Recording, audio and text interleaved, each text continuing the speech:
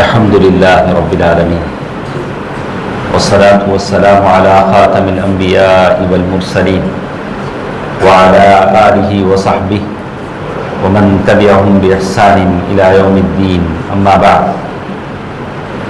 محترم حضرات،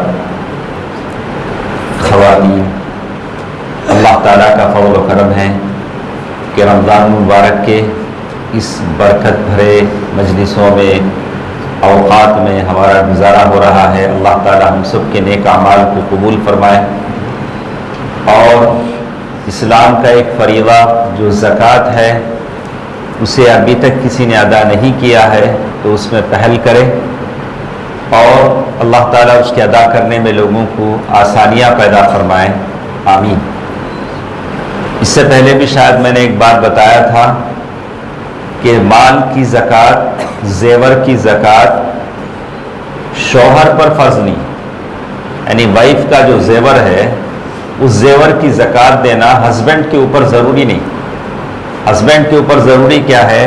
النفقۃ الواجبہ. النفقۃ الواجبہ، جتنی اس کی روزی روٹی، کپڑے، مکان، جتنی ضرورت ہے وہ شوہر مہیا کرے گا. بیوی کے مال کی زکوٰۃ دینا شوہر کی ذمہ داری نہیں، اس لیے کہ زکوٰۃ اس کے اوپر واجب ہوتی ہے جو صاحبۃ مال ہے، مال والی. تو مال بیوی کا ہے. اگر مال بیوی کا ہے تو تب یہ مسئلہ ہے. ہمارے پاس مال بیوی کے کنٹرول میں نہیں ہوتا، شوہر کے کنٹرول میں ہوتا ہے، تو تب یہ مسئلہ نہیں. تو اب شوہر ہی کو دینا پڑے گا، شوہر ہی اس کی زکوٰۃ دے گا، اس لیے کہ مال بیوی کا نہیں ہے. نام کا بیوی کا، بیوی پہنتی ہے لیکن اس پر کنٹرول کس کا ہوتا ہے؟ ہسبینڈ کا ہوتا ہے. وہ جب چاہے اسے استعمال کرتا ہے. تو اس کو اچھی طرح سمجھیں. اسی سے ریلیٹڈ ایک حدیث اللہ کے نبی صلی اللہ علیہ وسلم کے زمانے سے سنا. عبداللہ بن مسعود رضی اللہ تعالی عنہ کی بیوی زینب، وہ اللہ کے نبی صلی اللہ علیہ وسلم کے ساتھ مسجد میں درس میں ہیں. عورتیں اس زمانے میں درس سنتی تھی اعتکاف کے لیے. مسجد میں جب بھی آتی درس غور سے سنتی تھی کہ اللہ کے نبی صلی اللہ علیہ وسلم کیا بولتے ہیں. اللہ کے نبی صلی اللہ علیہ وسلم نے فرمایا، یا معشر النساء تصدقن ولو من حلیکن، اے عورتوں کی جماعت صدقہ کرو اب تمہارے زیور سے ہی کیوں نہ. اللہ کے نبی صلی اللہ علیہ وسلم نے یہ بات کہی. تو عبداللہ ابن مسعود کی بیوی نے اس درس کو سنا، سیدھے گھر آئیں. گھر آ کر عبداللہ بن مسعود سے کہا، اپنے شوہر سے، ہسبینڈ سے کہا، دیکھو جی، انت خفیف ذات الید.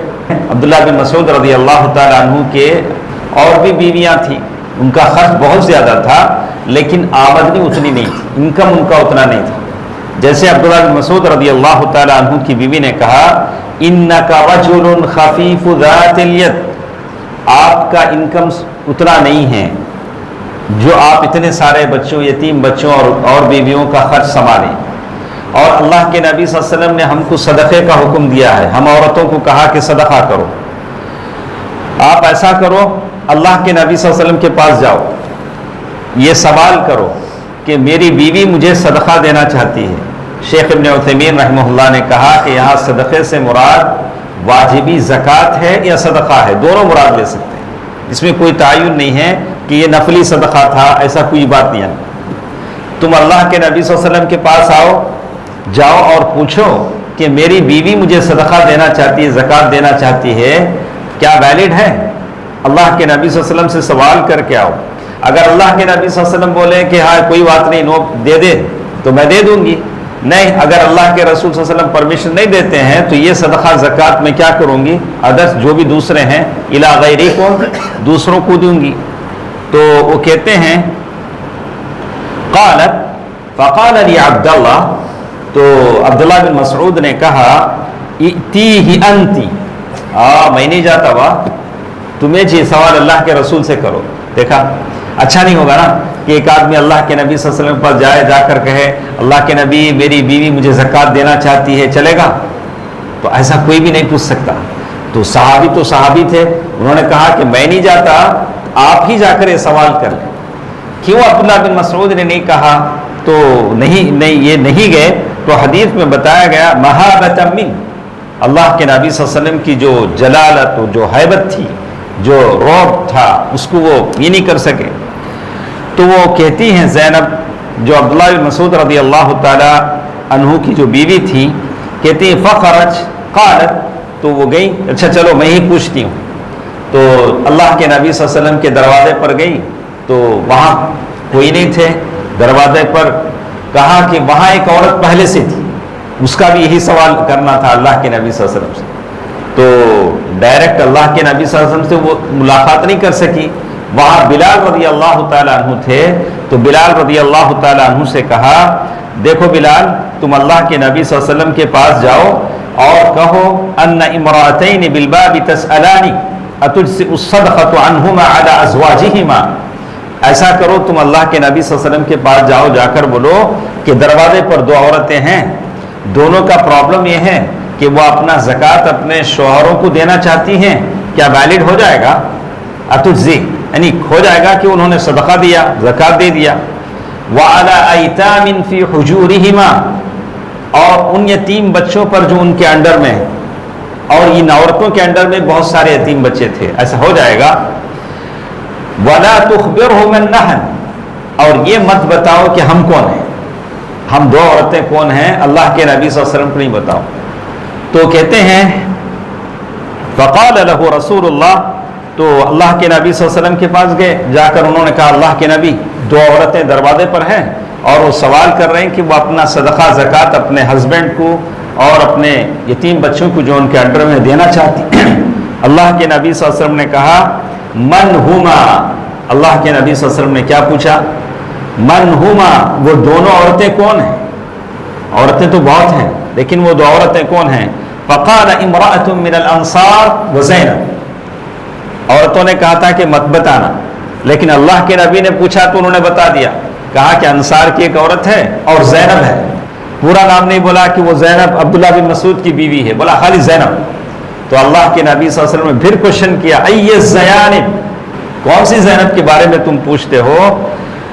فقال رسول اللہ ای الزیانب، فقال امرأۃ عبداللہ، تو تب انہوں نے کہا کہ عبداللہ بن مسعود کی جو بیوی ہے وہ یہ سوال کر رہی، تو ان کا اپنا بزنس تھا، ان کا اپنا یہ تھا، تو اللہ کے نبی صلی اللہ علیہ وسلم سمجھتے تھے کہ واقعی عبداللہ بن مسعود کی بیوی پیسے والی ہیں، وہ دے سکتی ہیں۔ وقال له رسول اللہ لہما اجران، اللہ کے نبی صلی اللہ علیہ وسلم فرمایا کہ دو اجر ان کو ملیں گے، اجر القرابہ، رشتہ داری کا اجر کہ انہوں نے اپنی رشتہ داری میں زکوٰۃ دیا، واجر الصدقہ، اور پھر یہ صدقے کا اجر، دونوں اجر اسے ملیں گے۔ وفی روایت تصدقنا ولو من حلیکن، تو یہ حدیث بتاتی ہے کہ علماء شیخ ابن عثیمین نے، بعض علماء نے یہی بات کہی کہ اس میں اگر معلوم ہے کہ شوہر زکوٰۃ کا مستحق ہے، زکوٰۃ کا مستحق ہونے کا مطلب یہ ہوگا کہ وہ 8 کیٹیگری میں سے کسی ایک کیٹیگری میں آئے، شوہر اگر غریب ہے، فقیر ہے، مسکین ہے، تو تب بیوی اپنے شوہر کو بھی زکوٰۃ دے سکتی ہے، جیسے یہاں بہت ساری باتیں بتائی گئیں۔ اس میں ایک مسئلہ آخر میں بتایا گیا، مشروعیت تبرع المرأة بمالها بغیر اذن زوجها، اگر صدقے کا اعلان ہوتا ہے، اس زمانے میں جب صدقے کا اعلان ہوا تو عورتوں نے اپنی بالیاں اور زیور ڈال دی، صدقے کے لیے ڈال دی، تو اگر عورت کا اپنا مال ہے تو وہ بغیر ہسبینڈ کی اجازت کے بھی صدقہ کر سکتی، جیسے صحابیات نے کیا تھا، فقد تصدقنا مباشرۃ بالحلی وبالاقراط التي في آذانهن، عورتوں نے اپنے زیور اور اپنے کان کی بالیاں ڈال دیں، شوہروں سے اجازت لینے کا نہیں تھا۔ اللہ کے نبی صلی اللہ علیہ وسلم نے عید میں اعلان کیا، عورتوں نے زیور ڈال دیا، یہ نہیں تھا کہ نہیں ذرا گھر میں ہمارے گھر والوں سے پوچھ لیتی ہوں، ایسا اس کی ضرورت نہیں کہا۔